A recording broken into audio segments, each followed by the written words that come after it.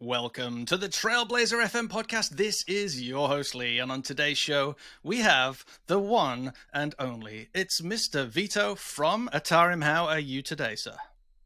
I'm very good. Good to be back. It's been a couple of years since we've had the opportunity to hang out on the podcast. Absolutely. Fortunately, we had an opportunity to hang out in the real world even more often. That was incredible. Well, just last year, November, I think it was of last year, October, November last year, we had the Agency Transformation Live in-person event.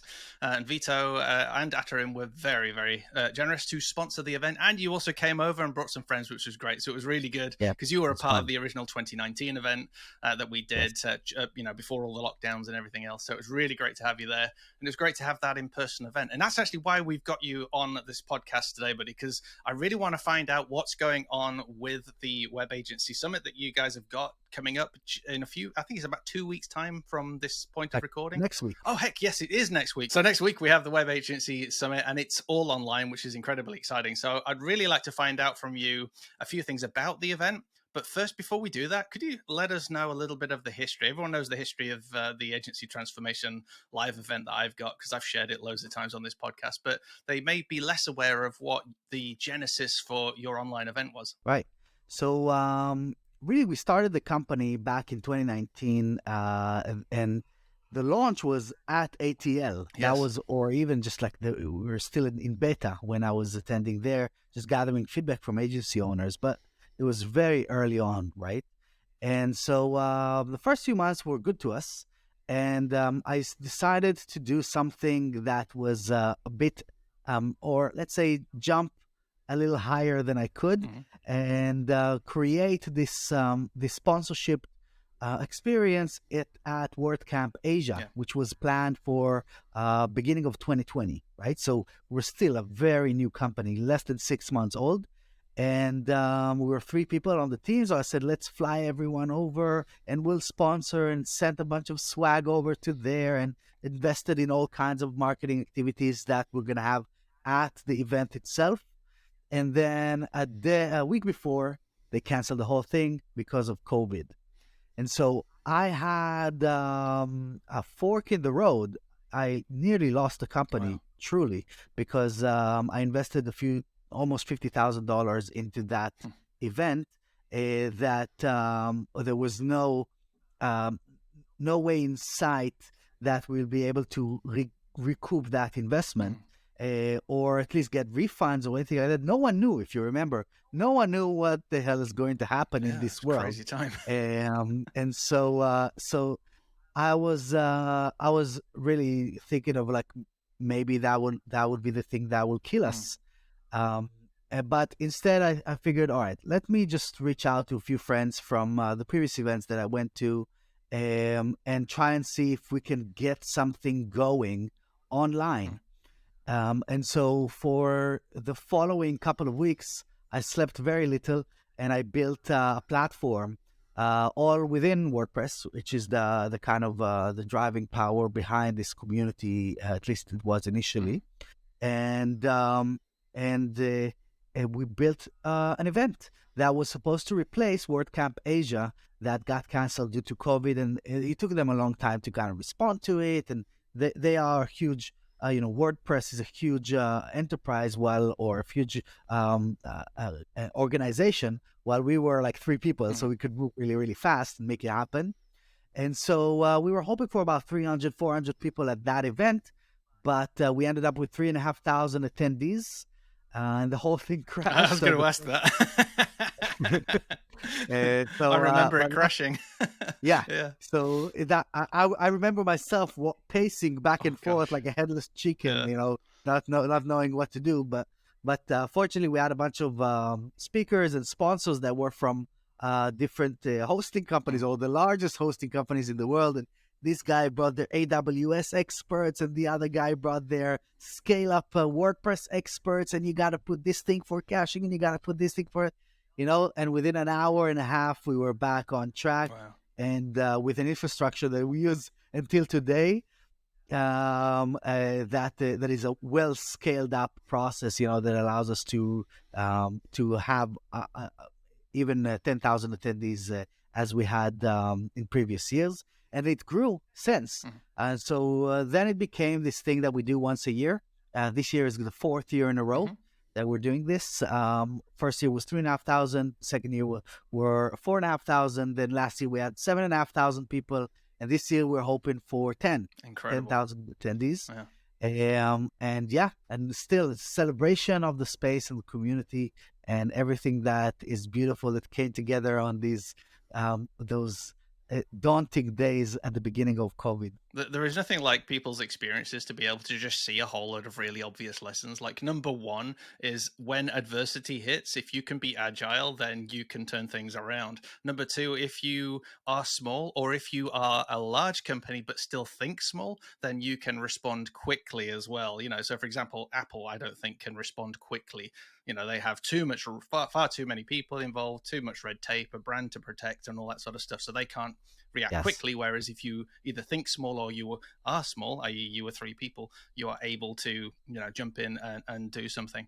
And holy moly, mate. I mean, like you said, that could have absolutely ruined you. And, within a year of launching a product, throwing a whole lot of money into the marketing because you were looking at scale, and, you're then looking at the potential death of your business in the face.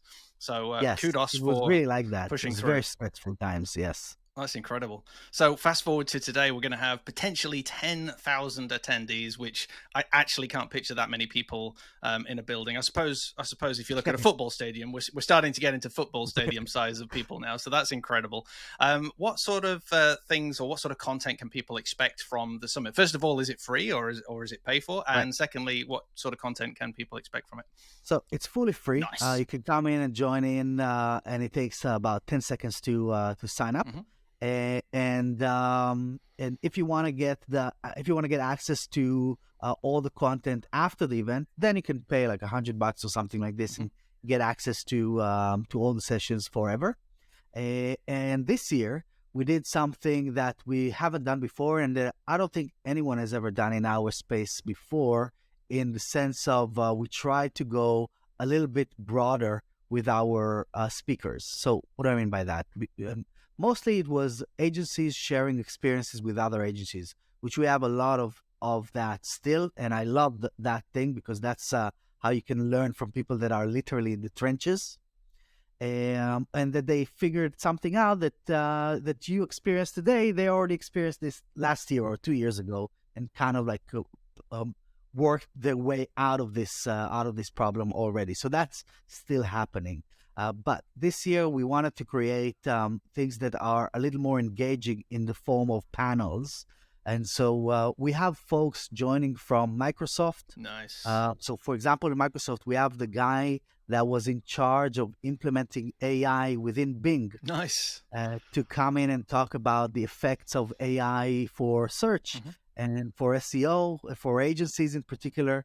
How can that help or ruin some of the work that we've been doing with our clients over the past few years? So that's a huge milestone, I think, for the space, really, to have someone from this company, because they never attended anything or never spoke on a stage in our events before. And then we also have the guy from Google that is in charge of basically shaping WordPress to fit Google's needs. Nice. Yeah. I thought you were going to say from Bard for a minute. I was going to say, no, that'd be amazing. Yeah, that would be a battle there on stage. It could be interesting, though. Maybe next year. So he works with WordPress specifically, because WordPress powers almost half of the internet, and Google is powering almost 100% of searches. And so they have to work together. And not many people know that there is actual collaboration happening behind the scenes to make that happen. And if we can hear directly from the person that is in charge of it what is coming, and we can bring that information to our clients, I think that's super powerful. And then we have folks from HubSpot and Web Pros. Web Pros are the guys that are operating cPanel and Ples, which is also the powering the web from underneath, really. And then we have Josefa. She's the director of WordPress that is joining in also for the first time. She's literally the person in charge of WordPress at the moment. So she's going to talk about the future of it and how WordPress has been looked at by other companies, exactly connected to the folks that I was talking about before, how they can, why and how do other companies that are looking at WordPress from the outside can benefit from it, and what can we learn from this as agency owners. And there's a really cool panel that I'm really looking forward to, which is, I would have loved to call it the Battle of Page Builders, but it's not going to be called that.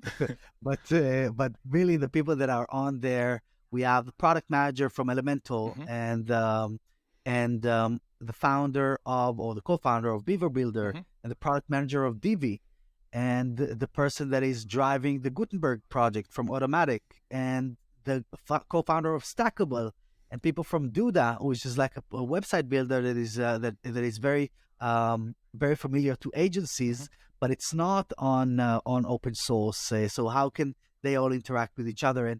And the product manager of Visual Composer, really. So we brought every person from every big website creation tool in the world to sit on the same panel and answer questions as to how these things are going to move forward in the upcoming years. Where are you seeing things like accessibility coming into play, and all of those really cool stuff that we should all be aware of when we're building websites for clients. Oh, cool! I like the idea of it being a battle, because I imagine there'll be a little bit of awkwardness, because they are all competitors. But let's be honest. I mean, with like you said, nearly 50% of the web now with WordPress, I'm pretty sure there's a lot of there's a lot of business for everyone.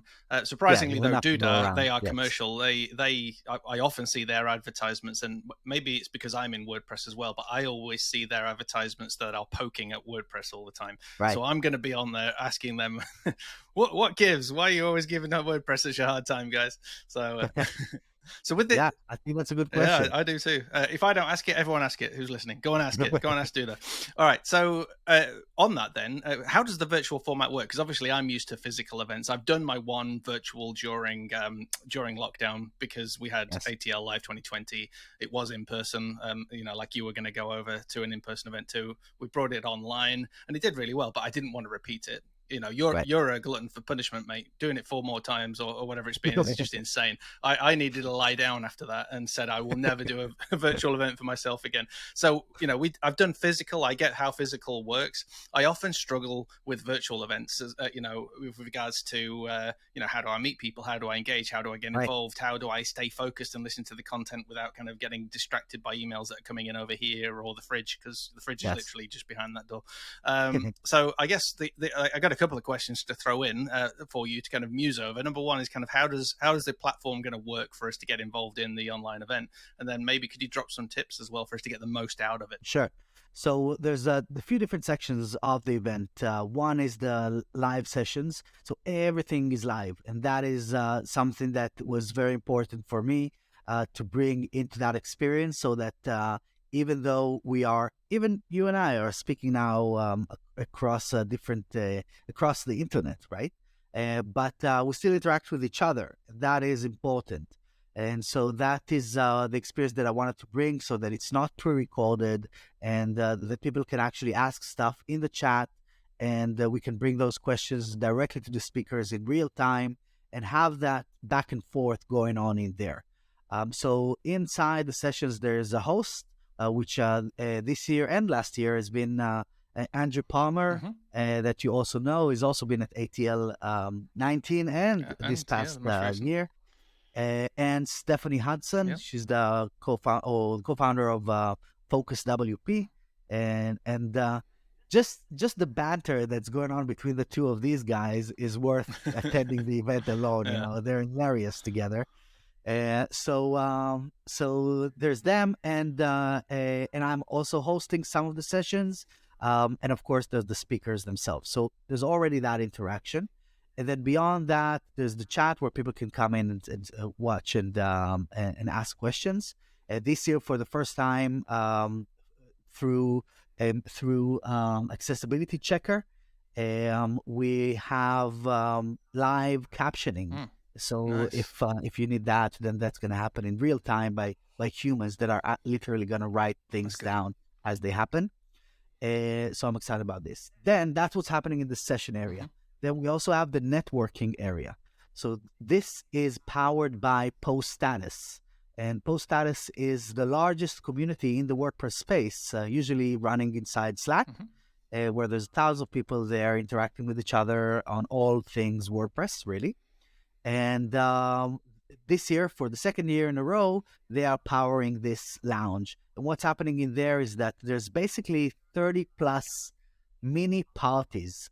So you can imagine this room as the venue, and then you have folks running meetups at it.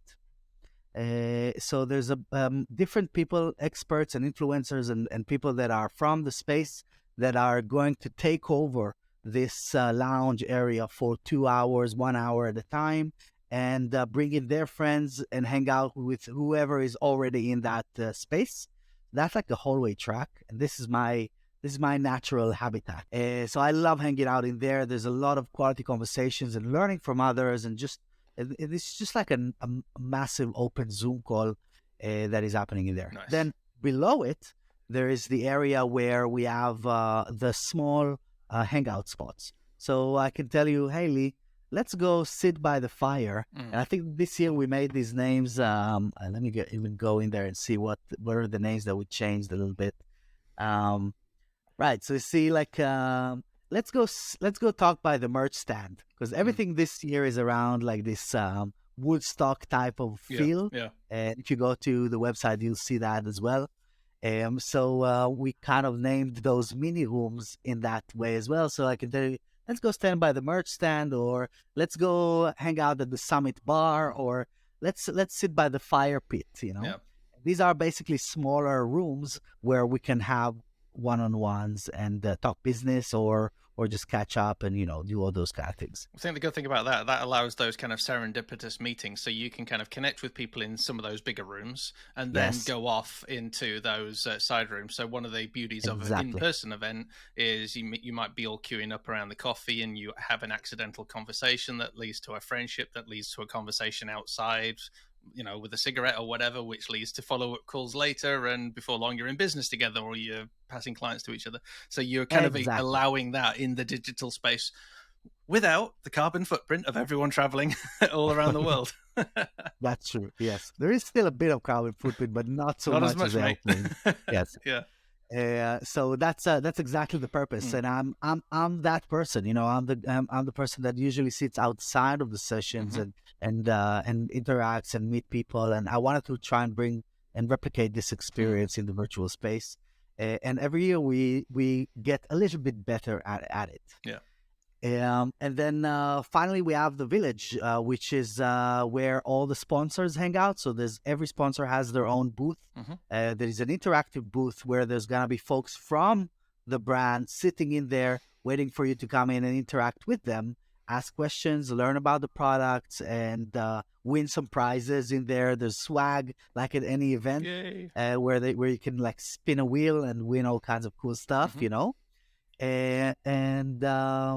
Yeah, so these are really the three main components of the event. We have the sessions, the live sessions, and then you have the networking area, and then you have the village where all the sponsors hang out. Yeah, that's awesome. So, the trajectory or what's changed, you mentioned that you've tried to change and improve things, you've gotten better. For example, at this area, the kind of interconnectivity area, if you were to look back at, say, the last two or three events, what was the kind of feedback that what sort of feedback were you getting that led to the changes you've made for this year? Right. So we always want to make sure that things are a little more interactive, so that people can spend more time without getting overwhelmed or get tired, just like get screen fatigue, because that does happen. Yeah, definitely. So we want to make sure that we keep things as engaged as possible. So this is one of those things that we made sure that there's a quick turnaround inside the lounge, so that the conversations are fresh constantly. And also in designing the whole thing a little different. And every year there's a bit of an upgrade to the design and the user, the UI and the UX of the platform itself, because I built that platform back then in those long nights, the beginning of COVID, And then now there's a Teams that keeps improving on it every year going in. The other thing that we added was the accessibility stuff this year, which is becoming more and more important, or it was always important, but we weren't aware. Yeah. You know what I mean? As an industry, really, we weren't aware. So as the largest event in our space, we want to try and lead by example on that front as well. But also, I think that one thing that I come to accept is that it's not that same thing as when you go to a physical event and you are completely there all the time. Yeah. At a physical event, I almost don't look at my phone, really. I just engage constantly with people around me and, conversations and stuff. And even at sessions, it's kind of rude to pull out your phone, But here it's different. So what we see is that a lot of people during the week, because it's a week-long event, Tuesday to Friday, is that people just come in, open the live session, and they just have it there while they work, while they serve their clients, which is fine.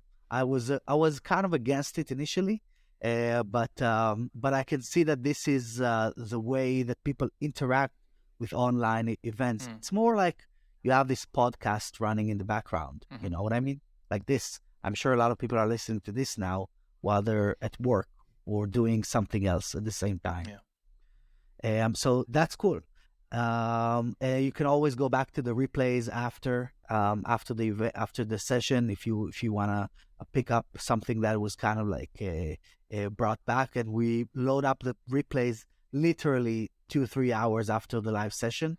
And so they are there in the platform for 24 hours, even if you haven't bought the backstage pass, as we call them, so that you can watch and see all of those things after, and then have lunch with other people. Join the lounge while you're at lunch, while you're eating, or just as you have a little window in your calendar.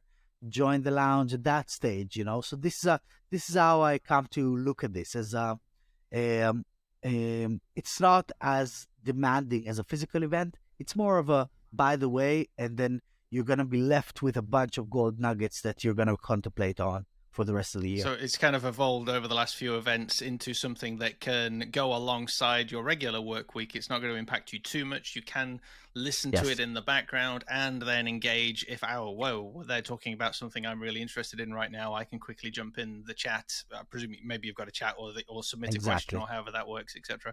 So you can still get involved in that. And when you take your regular lunch break, go and join the others who are doing the same. So you're totally right. I mean, so for example, my events, you are there the whole time in person, and even I, as the organizer, sometimes I'm like, oh wow, we're on the 5th talk and I'm already exhausted, and I'm sure everyone else is exhausted, but you can't do anything to alleviate the exhaustion, can you? Like you say, if you take out your phone, people are like, well, what are you doing? So this sounds like a much more relaxed format and very generous that you're saying, hey folks, also you've still got 24 hours to listen. You're not trying to make money out of the entire community. You're saying, hey, look, it's also here available for 24 hours if you want to also watch it back. Optionally, if you want to buy the upgrade to get access to those replays, that's always there. And it's also fine if you don't, because that's why you've got all those wonderful sponsors involved to help monetize the event. So thank you for everything you're doing. I guess then as we close, mate, for people who are considering, as it is a free event, to get involved and to listen to it, I guess, could you share with us what you feel some of the key challenges that agency owners have for 2023 that you believe will be addressed during this event? So there's 4 categories to the sessions, and this is what I see as the things that agencies struggle with generally. Because with Adarin, we have more than 12,000 agencies already using our solution, and we talk to them all the time. I had 2 calls this morning with 2 agency owners, and as much as I love having these calls, they're very much becoming the same conversation over and over, as you can imagine. So there's 4 things. One is build. That's the first step. You want to learn how to build a website for a client, which is completely different than building a website, period, right? You have to maintain profitability. You have to maintain a low level of a small stack of tools that will address the broadest amount of projects. You want to make sure that you have your communication in check, your project delivery processes in place. So building is the first step. You got to learn how to build for clients. And a lot of agencies, or especially at the beginning, at the early stages, they don't. They build a few websites for themselves, for a few folks that they know, and that's their experience, right?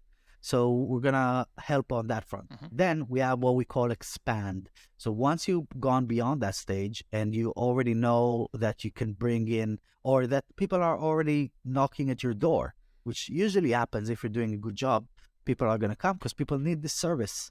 And so that's when you want to learn how to expand your offering, create recurring revenue that will create sustainability within your business. And this is really the initial growth stages that I'm sure you've gone through as well, Lee, because as I have in my agency back in the day. And then after the expand, then comes scale. So not necessarily that you have to scale, but if you want to scale, then how? How do you hire? How do you manage? How do you make sure that processes are still at place when you go through those growth spurts? How do you make sure that payroll is still happening when and yet you're not pulling out your hair, as the end of the month is approaching, when you need to pay those salaries? So all of these challenges are happening at that scale stage. And then finally, the fourth category is thrive.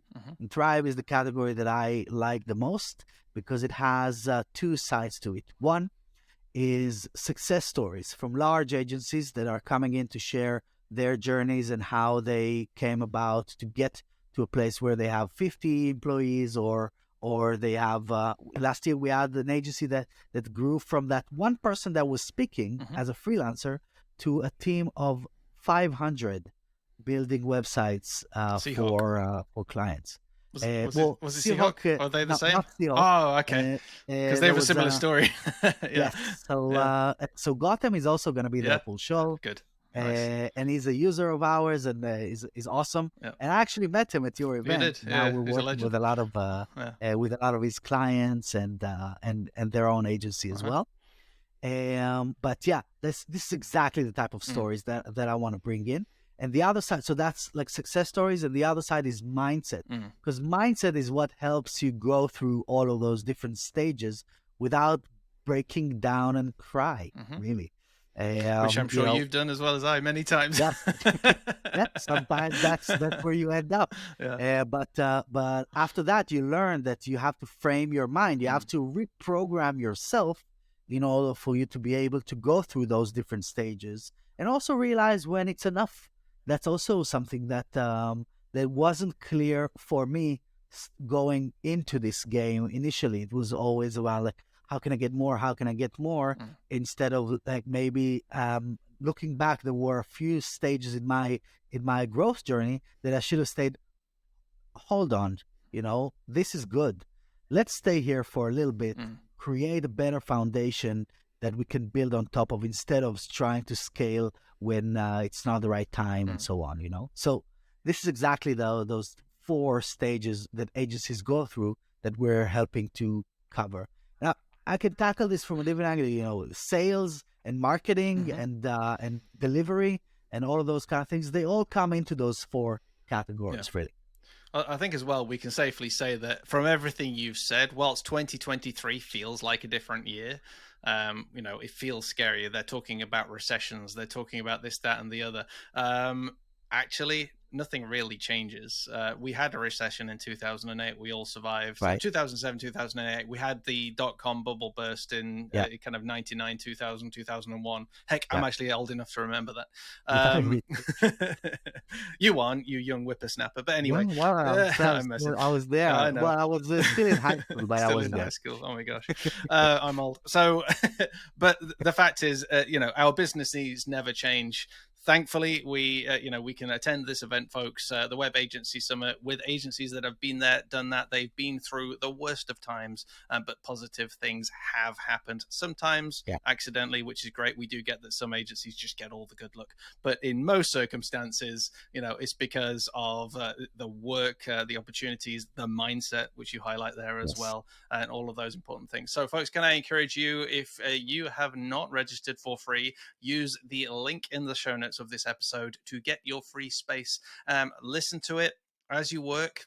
Don't force yourself to attend an entire week's worth of content and exhaust yourself. So go and pick those things you feel are the best suited for you. Get involved in those conversations if you feel you have a question or if you have an opinion to share. And I think you probably agree with me here. The biggest thing we probably encourage you to do is go and meet a whole load of people. Go and buzz around those rooms, meet the sponsors, meet the other attendees, make some new friendships. Because I literally sent a selfie just before we recorded this to my friend saying, I spend an awful lot of time in this room and it's lonely. I do. I record. I mean, I'm talking to you now as a podcast, so I feel a lot better. I've just had a conversation, but it does get really lonely as an agency owner. I do have an office down the road with a team and I can go there regularly, but it is a drive. It takes time to get there, and sometimes I'm just based here. And I think so many of us around the world right now, still post-COVID, are spending most of our time in an office on our own. So, we've got a whole week of socialization. It'll be great. You know what I feel, Lee? Even as you're running your own agency, and even if you have a team, it's still very lonely at the top. Oh yeah. Your team might interact with each other on that kind of like face-to-face level, but as the boss, you don't always have the same opportunity to interact with people in the same way. So the best chance is interact with other bosses in other companies. That's your new strapline. Interact with other bosses. I love that. I will run an ad on it this week. Nice.